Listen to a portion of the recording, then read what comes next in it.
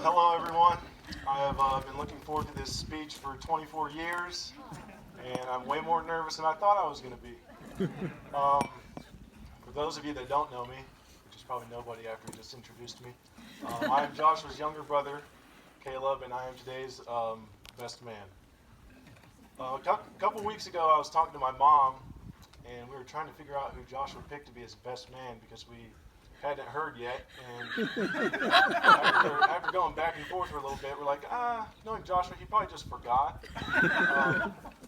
And then just a few days later, I got a text from Joshua that said, "Call me when you can." And I was like, okay, well, either somebody died or this is going to be my moment. So I called him, and we talked for like 15 minutes, which was like a record. And he finally asked me after a while if I would be his best man, and I just started dying laughing. I forgot to say yes. And I think the first thing I said was, "Is there a time limit on my speech?" And so with that, I should say, buckle in. Before I get started, I would like to thank everyone who made this day possible. Thank you to Scott and Linda. You guys have raised an amazing and beautiful daughter in Kelly, and we could not be more excited to welcome her into the Huth family. Thank you to Tom and Beth. You guys have raised an amazing, intelligent, loving, God-fearing, and strikingly handsome son. And Joshua didn't turn out too bad either.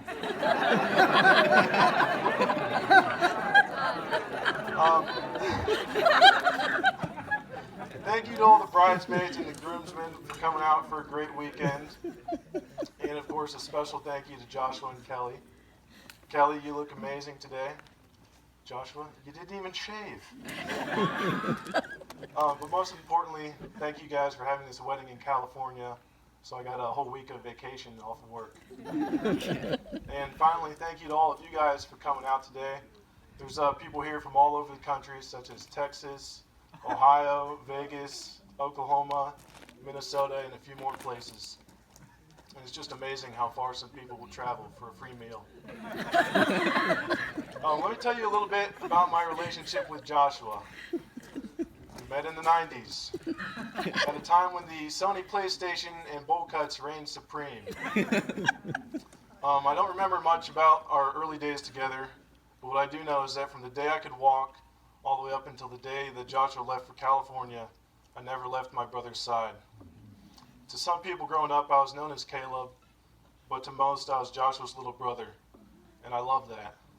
I thought it was the best thing ever to have an older brother. Well, this has never happened before.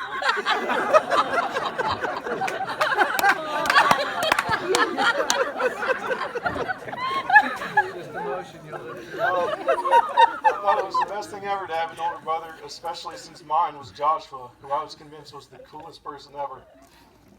And I'm sure by now you've noticed that I call him by his full name, Joshua, not Josh, which is what a lot of you know him as. But that's because whenever he was growing up, if anyone had the nerve to call him Josh, they were quickly corrected, whether it was teachers, strangers, friends, whoever. If you called him Josh, you were wrong, it was Joshua. So now that everybody calls him Josh, I'm just very confused. Josh and I are pretty much polar opposites. It wasn't like my mom gave 40% of one trait to him and 60% to me. It was either I got 100% of something or he got 100% of something. For example, I talk enough for the both of us. Joshua listens enough for the both of us. Joshua doesn't really ever get angry. I do. Often. As a kid, I liked to watch SportsCenter and SpongeBob growing up. Joshua liked to watch The Dog Whisperer, which I am still convinced is the most boring show in television history. Joshua has always been mature, but beyond his years. I, on the other hand, still laugh at the ketchup bottle noises, and Joshua just looks at me like I'm an idiot. Joshua is a fearless adventurer who moved all the way across the country immediately after high school. And I, on the other hand, I went to a college 20 minutes down the road, and after the first night, I called my mom to come take me home. Joshua is an open book with his feelings and emotions, and I could probably use a counseling session or 10 in regards to that.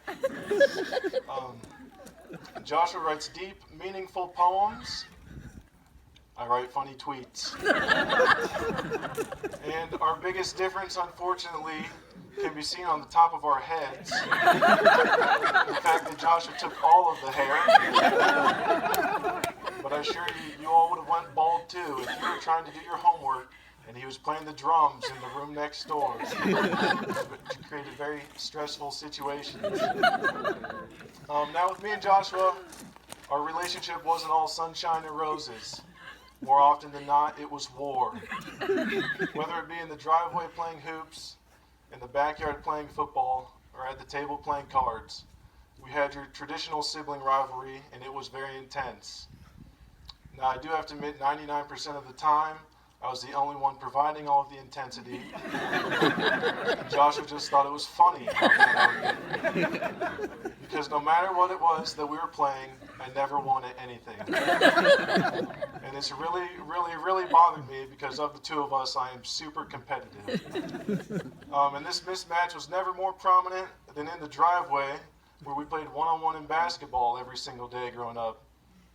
And I don't know if any of you have noticed, but my brother is abnormally tall. And he came out of the womb at 6'6". So you can just imagine the physical, emotional, and mental turmoil that I had to go through on a daily basis playing basketball against him. I'm pretty sure every single shot that I took until the age of 15 was swatted into the street. It was an absolute nightmare for me, and I don't think I ever beat him one time. So those games would typically end with Joshua killing me in the game and me chasing him down trying to kill him in real life. And then we would play again the next day. It was great. However, the day did finally come when I got to get my revenge on the basketball world, and that was the day my dad signed us up to play Upward basketball together. Now, if any of you are familiar with Upward basketball, they have a slogan that says, "Everyone is a winner." And I can assure you that was not the case in this league. We were out for blood. I was finally on Joshua's team, and it was time for revenge. So you can just imagine the kids that play Upward basketball. It was at some random church we didn't even go to. And it was like your stereotypical little homeschooled, white kids. They were just super innocent. And I was just thinking back on it. It's like those videos you see with the NBA guys where they have a camp and they'll challenge some kid to play on one-on-one that's like 10 years old. So these kids will dribble around a little bit and then they'll take it to the hoop and just swat their shot to the upper deck. And, that was pretty much what Joshua did to everybody. So I loved it. I was finally on the winning team. We were like Kobe and Shaq out there playing against the Little Sisters of the Poor. Every single game was a massacre. We never even got close to losing a game. It was awesome. And before I move on from the topic of competition, I do have some confessions to make in regards to board games. The only reason that I was so good at Monopoly growing up is because whenever you would get up to leave and use the restroom in the middle of the game, I would take your money. And the only reason I was so good at Battleship is because my ships were always on the move. So I sincerely apologize about that. It was the only way I could win at anything. Despite his many successes against me and everyone else, it is nothing short of a miracle that Joshua is still here today. As a kid, Joshua was a walking, talking accident waiting to happen. And I actually thought of 10 examples of this. Number one, we went to the park one day and we were playing football. And Joshua went out to catch a pass and ran headfirst into a grill.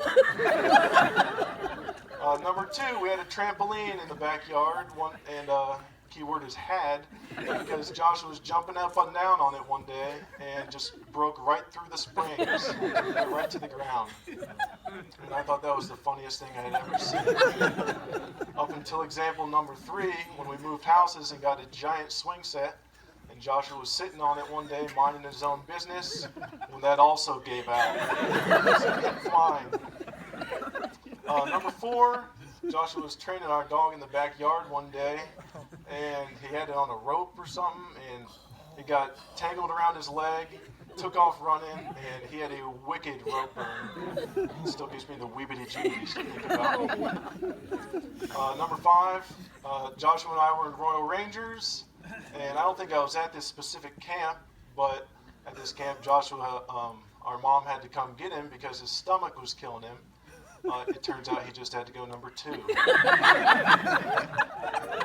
Number 6, the number 1 reason it's a miracle he was still here today is because he was the quarterback of our junior high football team that only had 13 players on it. So everybody was playing both ways, and you had me, number 26, as the right guard. So poor Joshua was running for his life on every single play. If that were me, I would have quit sports and started writing poems as well. And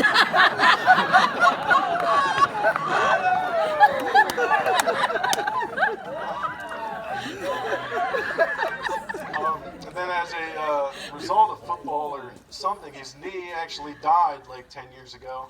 I don't even know how that's possible, but it did. He was on crutches for 2 years. Example number 8, Joshua's lung collapsed not once, which caused us to spend New Year's Eve in the hospital.